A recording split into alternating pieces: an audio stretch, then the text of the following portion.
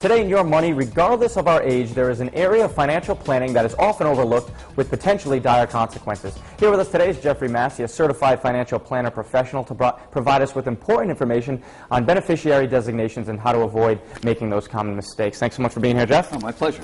I'm assuming talking about beneficiary designations probably not one of your favorite topics. No, it's not one of our favorite topics, but as certified financial planners, it's a critical part of what we do because we need to make sure that we take care of those assets.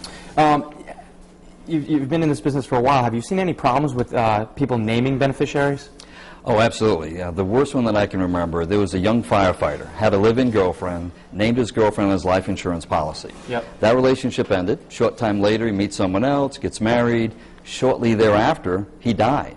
He never changed the beneficiary designation, so his ex-girlfriend got the death benefit, not his wife. And although it went to court, the court wouldn't change it because it was a direct beneficiary designation. I was going to say, there's really nothing that can be done at that point, right? Exactly right.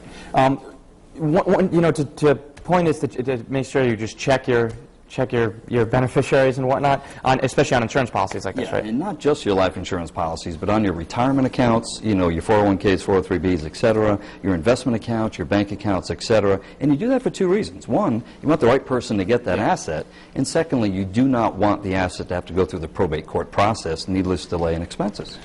Do you personally not recommend putting someone like a girlfriend or something like that on a... No. I mean, it's your choice who you put. Yeah. Just, you want the right person. Yeah. So if you change girlfriends or change wives or husbands, whatever, you want to update your beneficiary designations. Now, I know there's 5 areas that you want to cover, and we're not going to have time to discuss all 5 in detail, but what are some of the common mistakes that people can try to avoid? Some of the big ones are naming a beneficiary that's a minor, because a minor cannot legally accept an asset. Okay. So that's a problem.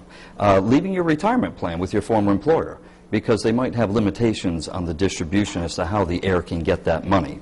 Another one would be if, on a second marriage, you might name your second spouse as a direct beneficiary, say in an IRA, but you might inadvertently be disinheriting your children because now they have total control. So they could name their children on that asset instead of that money ultimately going to your children, which is probably what you wanted in the first place. And I think that's the biggest issue right there. I think it's just always best to seek out someone like you to make sure all the bases are covered. Absolutely. Jeffrey Massey, thanks so much for being here. For more information on avoiding beneficiary mistakes from Massey & Associates, just head over to foxprovidence.com.